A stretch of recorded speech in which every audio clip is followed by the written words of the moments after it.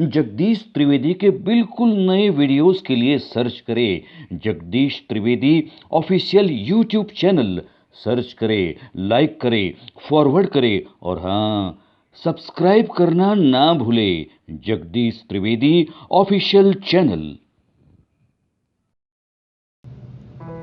મહારાષ્ટ્ર રાજ્યના 9મા ધોરણના પાઠ્યપુસ્તકમાં સમાવિષ્ટ નિબંધ શીર્ષક છે ચોરને માલુમ થાય કે। લેખન અને પઠન જગદીશ ત્રિવેદી। થોડા વર્ષ પહેલા જામખંભાળિયા નગરપાલિકા દ્વારા મારો કાર્યક્રમ રાખવામાં આવ્યો। ખંભાળિયા મારું સાસરું હોવાથી હું મારા એકમાત્ર પુત્ર અને એકમાત્ર પત્ની સાથે ત્યાં ગયો।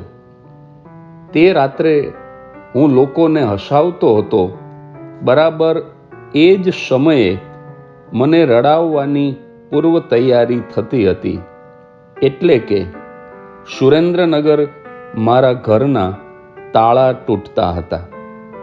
મારા ઘરમાં ખરેખર થયેલી ચોરીની વાત અહીં રજૂ કરું છું અને આશા છે કે મને રડાવનાર ચોર પણ આ સાંભળતો હશે। એક ભગતના ઘરમાં રાત્રે ચોર આવ્યો। વળી ચોરીના માલનું પોટલું વાળી જવા માટે ચાદર સાથે લઈને આવ્યો। એણે પહેલા ચાદર પાથરી, પછી તપાસ આદરી। ઘરના ચારે ખૂણા સરખા હતા, મતલબ ભગતના ઘરમાં કાંઈ જ હતું નહીં। ભગતના ઘરમાં ઉંદર પણ આપઘાત કરે એવું હતું। ચોર નિરાશ થઈને પાછો આવ્યો અને જે દ્રશ્ય જોયું તો અંધારામાં એની આંખે અંધારા આવી ગયા, કારણ કે ચોરની પાથરેલી ચાદર પર ભગત સૂઈ ગયા હતા। જો ભગત પડખું ફરે તો પોતાની ચોરીની કમાણીની ચાદર લઈને જતા રહેવું એવી ગણતરીએ ચોર પરોઢિયા સુધી બેસી રહ્યો। અંતે કંટાળી અને રોવા જેવો થઈ ચોર ચાદર વિહીન અવસ્થામાં ચાલતો થયો। જતી વખતે જ્યાં બારણું અટકાવવા ગયો ત્યારે ભગત સૂતા સૂતા બોલ્યા કે ભલે ઉઘાડું રહ્યું, તું જેમ પાથરણું આપી ગયો એમ કોઈ ઓઢવાનું પણ આપી જશે। આજે માણસનો 100 રૂપિયાના તાળામાં વિશ્વાસ છે એટલો લાખ રૂપિયાના માણામાં વિશ્વાસ નથી। તે રાત્રે મારા ઘરે વણ નોતરા પધારેલા ચોર ભાઈએ, આશા રાખું કે ભાઈ જશે, બાકી અત્યારે તમામ ક્ષેત્રમાં સ્ત્રી પુરુષ સમોવડી થઈ ગઈ છે। એ ચોર ભાઈએ મારા તાળા ઉપરનો મારો વિશ્વાસ તાળા સાથે જ તોડી નાખ્યો અને મધરાતે મારા અવાવરું ઘરમાં વિજય પ્રવેશ કર્યો। ત્યારબાદ ચોરે મારો લોખંડનો કબાટ પણ ખોલી નાખ્યો। એ કબાટમાં એક ચોરખાનું છે। એ એવી ગુપ્ત જગ્યાએ છે કે મારો કબાટ હોવા છતાં મને ઘણીવાર મળતું નથી।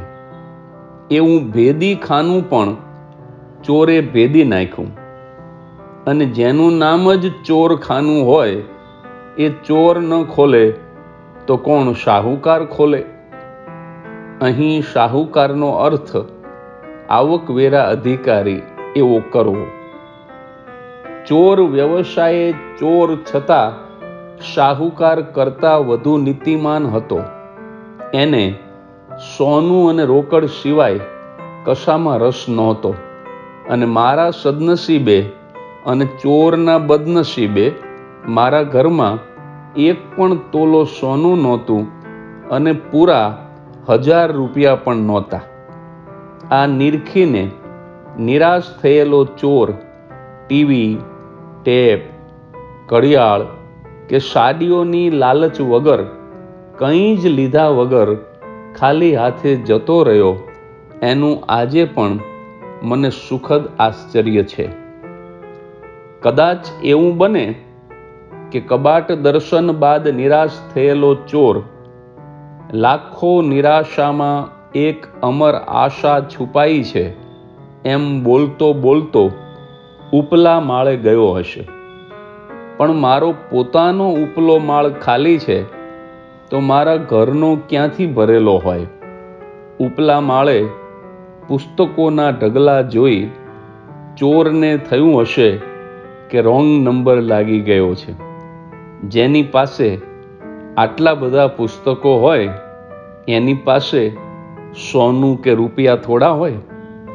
પુસ્તકો કાયદાના હોય તો એને અડ્યા વગર પણ રૂપિયા આવે. બાકી સાહિત્યના પુસ્તકોને ગમે તેટલા વાંચો છતાં બે પાંદડે થવાતું નથી. બીજા દિવસે ફોન દ્વારા મને ભર ઊંઘમાંથી ઉઠાડીને અશુભ સમાચાર આપવામાં આવ્યા કે તમારા ઘરના તાળા તૂટ્યા છે. તમારા પાડોશમાં દિવાળી જેવો માહોલ છે, તમે જલ્દી આવો.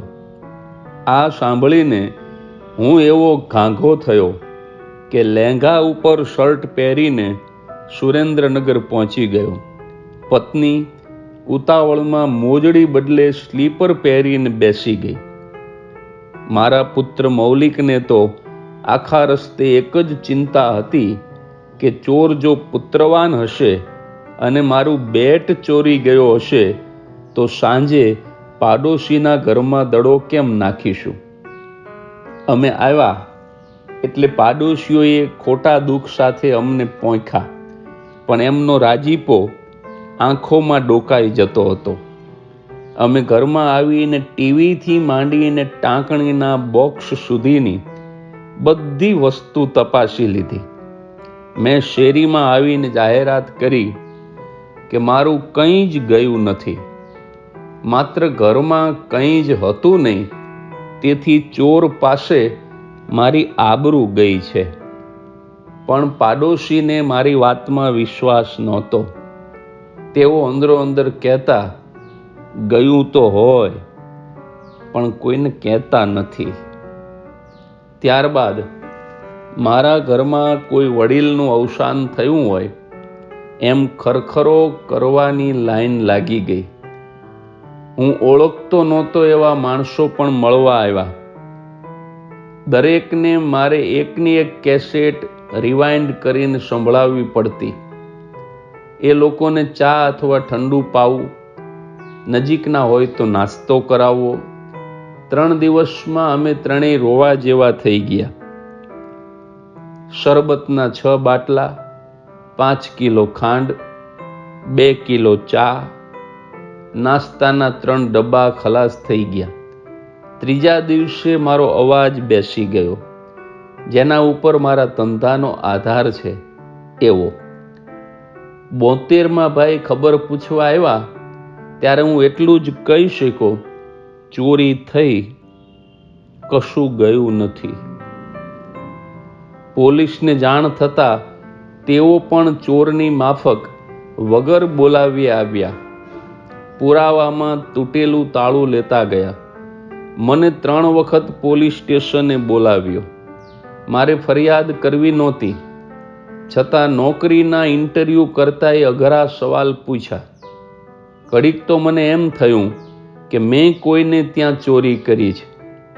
ઘરે કોઈને સુવડાવીને ન જવા બદલ ઠપકો આપ્યો. બધાએ પોલીસ સ્ટેશનમાં મારી ચા પીધી. હું ચોર હોઉં એમ ફરી ચોરી ન થવી જોઈએ એવી સૂચના આપી મને માંડ માંડ જવા દીધો. ચોથા દિવસે કંટાળીને મેં દરવાજા ઉપર મોટું બોર્ડ માર્યું. એ બોર્ડ બનાવવાનો મને 500 રૂપિયા ખર્ચ થયો, પણ લોહી ઉકાળા બંધ થઈ ગયા. બોર્ડમાં મેં સ્પષ્ટ લખ્યું, રાત્રે મારા ઘરે ચોરી થઈ, પણ હું સત્ય પ્રતિજ્ઞાપૂર્વક શાંત ચિત્તે તબિયત બહાર રાખીને બિન કેફે લખી જણાવું છું કે મારા ઘરમાંથી કંઈ જ ચોરાયું નથી. મને દિવસે કાંઈ જ જડતું નથી તો ચોરને રાત્રે ક્યાંથી મળે? આ વાંચી આપને દુઃખ થાય તો ભલે થાય, પણ મહેરબાની કરીને મારા ઘરમાં આવી ખોટી લાગણી દેખાડી મફતમાં મારી ચા પી મને સલાહ પીવડાવવા પધારશો નહીં. લિખિતમ આપનો અદર્શનાભિલાષી જગદીશ ત્રિવેદી.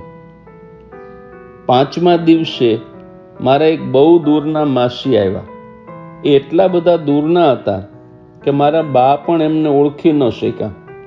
એ માસી સાથે 4 પુત્રો લઈને આવ્યા. એ પુત્રોને જુઓ તો એમ લાગે કે એ ચારેય વાંદરામાંથી માણસ બનવાનું ભૂલી ગયા છે. માસીને કોઈકે ચોરીના સમાચાર આપ્યા હશે. તેઓ મને કહે, જ્યાં સુધી ચોર પકડાય નહીં ત્યાં સુધી અમે 5 અહીંથી જવાના નથી. આ સાંભળીને હું રોવા જેવો થઈ ગયો. મેં 2 હાથ જોડીને કહ્યું કે મારે ચોર પકડાવવાનો નથી, પણ તમે વાહન પકડી લો.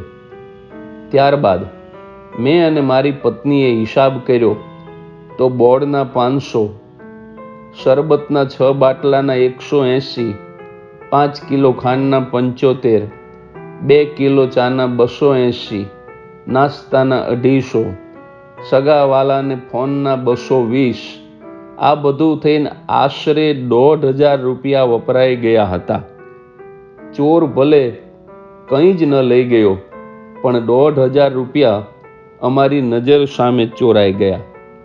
ચોરને માલુમ થાય કે આ સાંભળતો હોય અને કોઈ મોટા માણસને ત્યાં ચોરી કરી હોય તો આ નાના માણસના 1500 મોકલી આપવા નમ્ર વિનંતી છે. તારો ધંધો વધે એવી શુભકામના.